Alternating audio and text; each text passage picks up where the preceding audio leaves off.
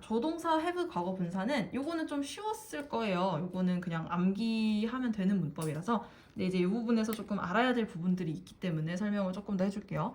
일단 그 have pp가 우리가 현재 완료 시제로 알고 있어요. 외웠어요, 그렇게. 실제로 현재 완료 시제에 씁니다. 얘는. 그래서 현재 완료 시제로 쓰였을 때는 동사에 있다는 뜻이겠죠. 동사일 때 시제라는 게 적용이 되니까. 동사일 때 현재 완료 시제는 이렇게 그림으로 표현을 할 수 있어요. 과거에 있었던 어떤 일이 현재까지 계속해서 이어지거나 영향을 미치고 있거나 또는 강조를 하고 싶거나 할 때 현재 완료 시제를 쓴다. 이렇게 배웠을 겁니다. 그래서 이게 이제 기본 용법인데, 근데 이제 중요한 게 이 have pp가 현재 완료 시제 말고도 다른 애들이랑 결합을 해가지고 잘 쓰여요. 어떤 경우에 그러냐면 동사 원형을 써야 하는 경우에 잘 들어가요. 얘가 무슨 뜻이냐, 예를 들어서 투부정사 같은 경우에는 동사 원형이 여기 들어가요. ing 같은 경우에도 여기에 원형을 쓰라는 표시가 있죠. 조동사 같은 경우에도 조동사 뒤에다가 동사 원형 넣잖아요. 이 부분들의 have pp가 잘 들어가요. 왜 들어가냐면요, 시제가 다르다는 걸 나타내주기 위해서 들어가요. 어떻게 다르겠어요? have pp가 완료이기 때문에 끝난 일이죠. 그래서 시제가 내가 지금 말하고자 하는 문장보다 더 과거일 때 들어가게 돼요. 이게 무슨 뜻이냐, 보통 이 친구들은 다 시제가 정해져 있어요. 예를 들어 조동사 같은 경우에는 I will go 하게 되면 무조건 얘 때문에 미래 시제가 되는 거죠. 조동사 때문에. I can go, 나 갈 수 있어. 이것도 마찬가지 현재가 되겠죠. 갈 수 있다고 현재에서 얘기를 하는 거니까. 그 다음에 I should go, 나 가야 돼. 이것도 조동사 때문에 시제가 딱 정해져 있어요. 그 다음에 투부정사도 시제가 정해져 있어요. 동사에 따라서 정해져요. 예를 들어서 he seems to, 이 seem to는 뭐뭐인 것처럼 보이다 라고 해석을 했었죠. he seemed to be a doctor 하게 되면 그는 의사인 것처럼 보여니까 내가 지금 보고 있는데 지금 그분이 의사인 것 같아, 이렇게 시제가 정해지죠. seem 때문에. 반대로 he seems to be a doctor 하게 되면 seemed to be a doctor 하게 되면 내가 그 사람을 과거에 만났는데 그 사람이 그때 의사처럼 보였어. 이렇게 예의 시제를 투부정사가 따라가게 돼요. 느껴지죠? 네. 동명사도 똑같아요. I enjoy 하게 되면 enjoy는 무조건 동명사를 써야 되는 동사죠. I enjoy playing the piano 하게 되면 나는 피아노 치는 거를 즐겨가 되니까 지금 내가 즐기고 있다는 뜻이 되는 거예요. 지금을 기준으로 난 피아노 치는 게 취미야 라는 뜻이 되겠죠.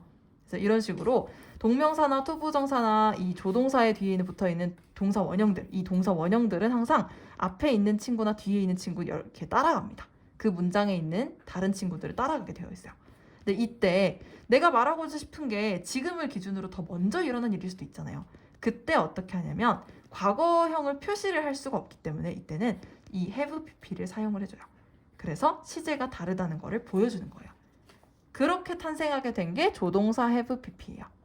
그래서 조동사 have pp를 쓰게 되면 이 조동사가 가지고 있는 기본 문장에서 시제를 하나 앞으로 당겨줄 수 있어요. 과거로 당겨줄 수 있어요. 그래서 원래는 should를 쓰게 되면 나 뭐뭐 해야 돼. 그러니까 현재를 기준으로 해야 된다는 뜻이죠. I should do my homework. 나 숙제해야 돼. 지금을 기준으로 숙제를 해야 된다는 뜻이죠. 그런데 I should have done my homework 하게 되면 지금을 기준으로 전에 숙제를 했어야 했어가 되는 거예요. 그래서 말하는 시간은 지금 여기지만 실제로 내가 그 should 뒤에 있는 이 동작을 해야 하는 것은 이때 과거다 라는 뜻이 되는 거예요. 그러니까 말하는 시간과 행동하는 시간이 달라지는 겁니다. 시제를 하나 뒤로 빼줬기 때문에. 그래서 should have pp 가 그런 뜻이 되겠습니다. 그러면 반대로 shouldn't have pp 하게 되면 그러지 말았어야 했어. 그러니까 이것도 지금 말하고 있지만 말하고 있는 시간 기준으로 과거에 일어난 일이죠. 그래서 시제를 하나 앞으로 당겨서 이 과거에 있었던 일에 대해 설명을 합니다. 그러니까 같은 should를 썼지만 시제가 달라지는 거예요. 하나는 말하는 거랑 시간이 똑같고요. 하나는 말하기 전에 일어난 일이에요. 이런 식으로. 그 다음에 must have 같은 경우에는 이때는 이 must가 해야 하다라는 뜻으로 해석하지 않습니다. 이때는 반드시 추측으로만 해석을 해야 돼요. 강한 추측. 이거 뜻이 맞는지 모르겠어. 자, 강한 추측으로 반드시 뭐뭐일 것이다. V일 것이다. 이렇게 해석을 하는 이 문법을 따와야 돼요. 얘는 의무의 뜻으로 해석을 하게 되면 큰일 납니다. 의무의 뜻이 없어요. 얘는 이때는. 그래서 he must be tired. 걔 오늘 뭐 마라톤 뛰고 왔다며 엄청 피곤하겠다라고 하게 되면 he must be tired. 내가 지금 말을 하고 있고 말하고 있는 이 시점에 그가 피곤할 것이다 라는 뜻이 되겠지만 he must have been tired 하게 되면 말하고 있는 시점은 지금이에요. 걔 피곤했겠다 이렇게 지금 말을 하고 있지만 과거에 피곤했겠다. 어제 마라톤 뛰고 왔대. 어제 엄청 피곤했겠다가 되는 거죠. 그래서 지금 말을 하고 있지만 시제는 실제 사건이 일어난 시제는 하나 뒤로 미뤄집니다. 앞으로 이렇게. 그래서 have pp를 쓰게 되면은 이 말하는 시간과 실제 사건이 일어난 시간이 달라지게 돼요. 이 그림을 기억을 해주시면 되겠고요. 마찬가지로 may have pp는 뭐뭐일지도 몰라. 이렇게 과거에 대한 불확실한 추측. 이거는 뜻 그대로 가져가죠. 그 다음에 can 같은 경우도 원래는 이제 능력치를 얘기할 때 쓰죠. can은 I can swim. 나 수영할 수 있어. 하지만 it can rain tomorrow 하게 되면 이때는 능력치가 아니죠. 비가 오는 건 능력이 아니기 때문에 이거는 가능성이죠. 비가 올 수도 있겠다 이런 뜻이죠. 올 수 있겠다. 오늘 하늘이 되게 흐리네. 비가 올 수 있겠다. 이렇게 가능성을 표현을 합니다. 그래서 이거에다가 have pp를 붙이게 되면 이때도 능력치 표현이 아니라 능력치 표현할 때는 could를 쓰세요. 나 수영할 수 있었는데 하고 싶으면은 could swim 또는 was able to 요거 쓰시면 되고요. 나 수영할 수 있었는데 과거의 능력치는 이렇게 따로 있습니다. 표현이. 과거의 능력. can을 have pp를 붙여가지고 쓰게 되면 이때도 추측의 의미가 들어가요. 그런데 추측 중에서도 가능성이 있냐 없냐를 얘기를 할 때 씁니다. 예를 들어서 걔가 그랬을 리가 없어 라고 하고 싶어요. 예를 들어 무슨 사건이 있어. 도둑질 사건이 있었어요. 도난 사건이 있었어요. 그때 범인으로 A라는 남자애가 지목이 됐습니다. 근데 A라는 남자애는 그 시간에 순천에 없었거든. 서울에 있었어. 그럼 걔가 그럴 수 있는 가능성 자체가 없어요. 그럴 리가 없어요. 이렇게 얘기를 하는 거죠. 그러면 말을 하고 있는 건 지금이지만 지금을 기준으로 걔가 그 행동을 과거에 했었을 리가 없다. 했었을 가능성이 없다. 이렇게 얘기를 하는 거예요. 그래서 he cannot have done that. 이렇게 써주면 됩니다. 그래서 이 표현들을 기억을 해주시면 되겠어요. 그러니까 지금 기억을 해야 되는 게 may 같은 경우에는 그냥 뜻 그대로 과거로만 해석하면 되니까 딱히 어려운 건 없어요. 쌍쇼만 붙이면 돼요. 일지도 모른다에다가 이었을지도 모른다, 했을지도 모른다만 하면 되니까. 근데 can은 원래는 능력치의 뜻을 가지고 있었지만 추측, 특히 가능성의 뜻이 생기는 거고요. 원래 있었지만 이제 추측과 가능성의 뜻 위주로 굳어지는 거고, 그 다음에 must도 해야 한다라는 강한 의무 표현의 뜻도 있었지만 이때는 강한 추측으로만 사용을 해주셔야 됩니다. 반드시 뭐뭐일 것이다. 그리고 반드시 뭐뭐이었을 것이다 되겠죠? 과거니까.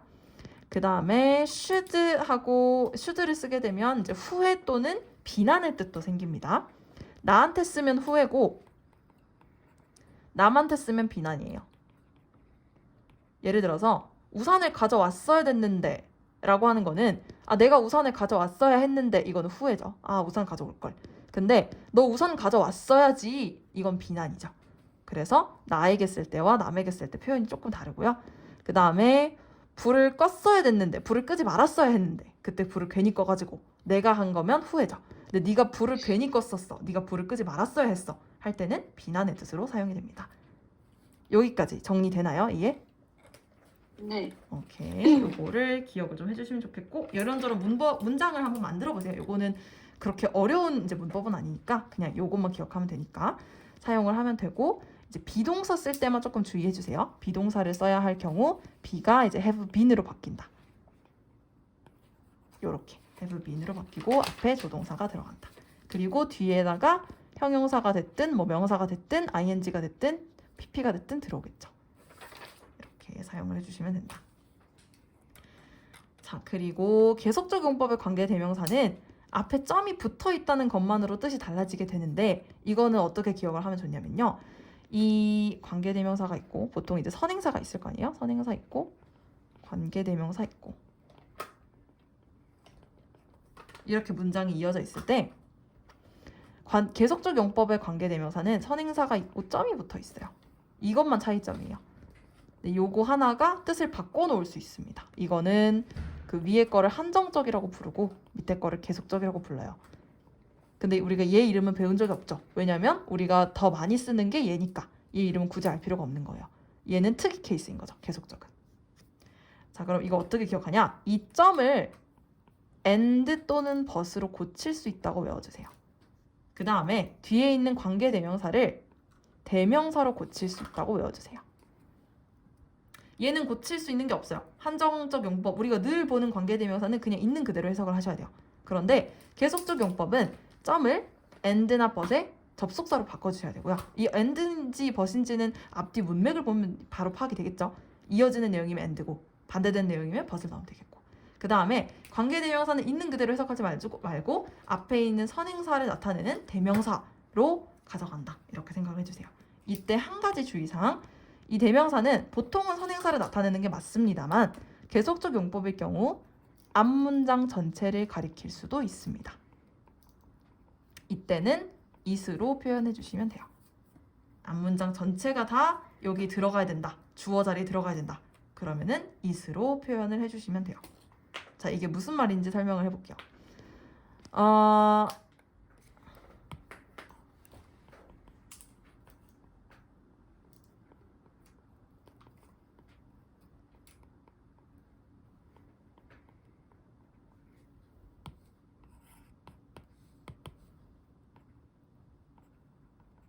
요거랑 똑같은 문장인데 여기에 점만 찍혀 있는 거. 요거랑 뜻이 같아요, 달라요? 달라요? 네. 어떻게 다르냐? 이거는 우리 원래 해석하던 대로 해석하면 돼요. 위의 문장은 어떻게 해석해요? 잠시만요.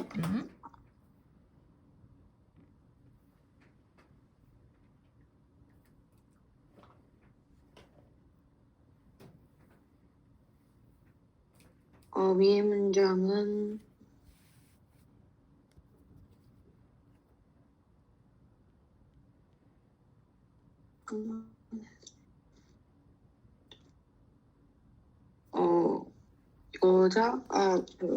아들을 3명 가지고 있는 여자는 다 의사이다.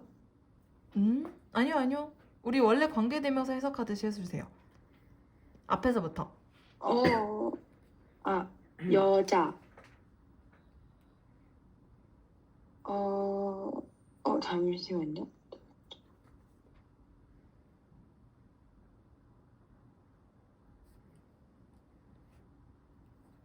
한 문장으로 예쁘게 번역하려고 하지 말고 앞에서부터 있는 그대로 해석해주세요.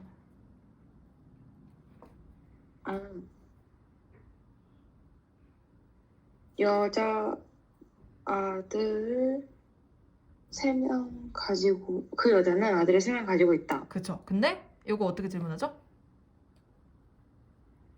의사인 그렇죠. 의사인 새 아들을 가지고 있다. 그렇죠. 그렇게 되는 거예요. 그러니까 이게 어떤이라는 뜻이 되죠. 어떤? 이건 질문을 해줘야 돼요. 관계대명사는 형용사니까. 어떤 아들? 의사인 아들. 이렇게가 돼야 돼요. 그러니까 이 부분 자체가 이 three sons를 꾸미는 형용사인 거예요. 형용사. 근데 그 여자분에게는 의사인 아들이 3명 있어요 라고 하게 되면 아들이 3명 뿐이란 뜻일까요? 아니면 더 있을 수도 있다는 뜻일까요? 더 있을 수도 있고. 그렇죠. 문맥을 들어야 돼요. 더. 그러니까 이 문장만 가지고는 아들이 총 몇 명인지 모르는 거예요. 그 여자분은 의사인 아들이 3명이에요. 그럼 의사가 아닌 아들도 있어? 이렇게 물어봐야 되겠죠. 이 문장만 가지고는 이 여자분이 아들이 몇 명인지 몰라요 라는 특징이 있습니다. 아들의 총수는 모름.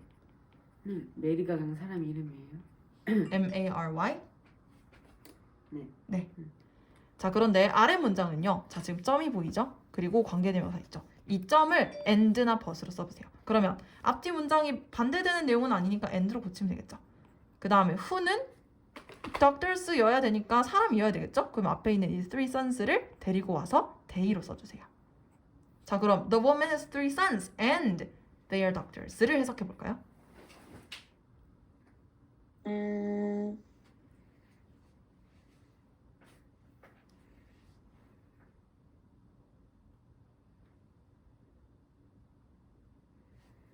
여자는 의사 아들. 앞에서부터 해석해 주세요.